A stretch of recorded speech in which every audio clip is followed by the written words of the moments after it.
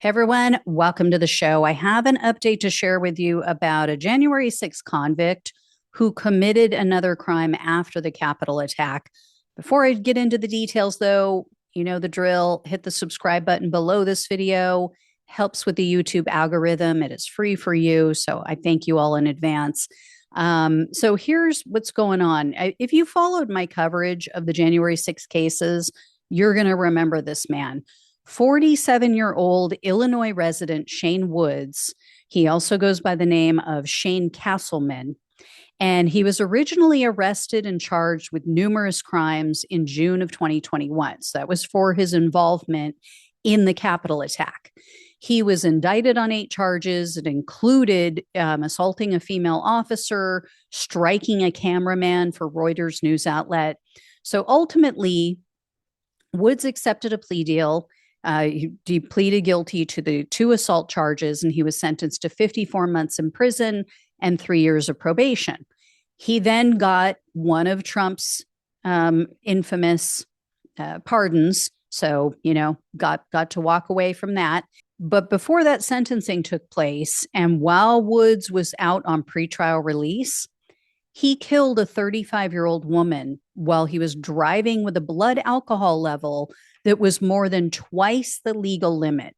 So this week, he went on trial for that crime and for that woman's death. That horrific incident took place in 2022.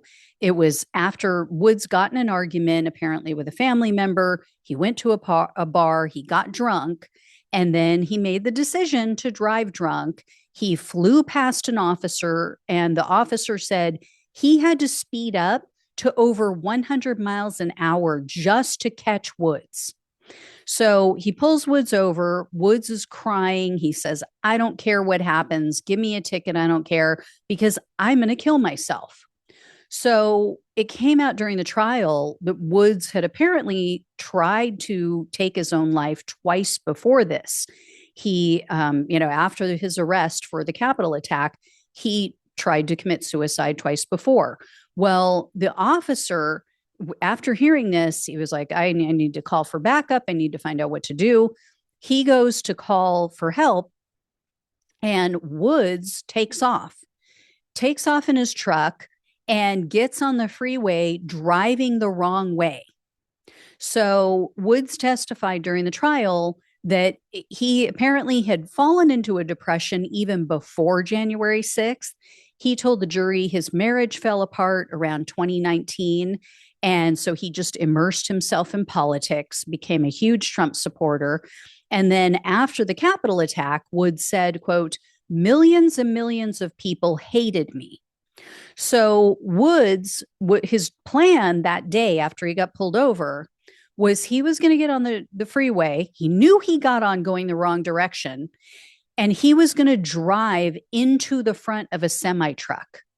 He said, big truck beats little truck, and the semi truck would be okay. The driver of that truck would be okay, but that was what he was going to do. Instead, he hit a woman named Lauren Wegner.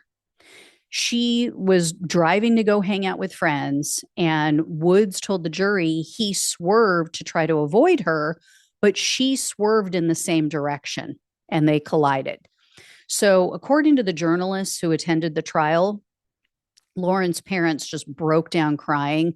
Woods was on the stand, and he told the jury, quote, "Lauren was innocent." And so that just sent them over the edge, and they broke down. In the end, the jury decided against murder in the first degree, which was one of the charges brought by the prosecutor. What they ended up doing was they found Woods guilty on a lesser charge of reckless homicide. And then he was also convicted of aggravated driving under the influence and aggravated fleeing and eluding. So Woods is now facing up to 14 years in prison, and his sentencing hearing is scheduled for August. So I will definitely let you know what happens with that. State charges, so Donald Trump can't do anything about it. And honestly, he doesn't care about these people. He really doesn't. Like the only reason he pardoned them was because he wants an army. He wants an army for whatever he has planned in the future. He wants the most dangerous criminals out there that will help him, not fight against him. And, Pam Hemphill, who was at the Capitol on January 6th, she also always makes the point that he pardoned all the January 6th criminals because it goes along with his narrative that, oh, see, look, there was no insurrection. And, I did win the election and there was nothing wrong with what these people did. They were just standing up for me because they knew the election was rigged, which it was not total fantasy land fairy tale. Anyway, I will definitely keep an eye out. I will let you guys know when he's sentenced and how that goes. So yeah, maximum of 14 years unless the judge decides they want to go over, but we'll see.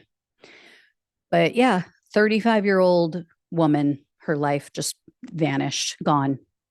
Family left completely shattered and heartbroken. Just the selfishness of these people is just mind-boggling. Anyway, thank you all so much for watching and listening. Please, I know it's horrible subject matter, but please like this video, share it with other people so they understand what's going on. If you can help out with the show in any way, subscribing financially, truly appreciate it. Love you all. Take care. Talk with you soon.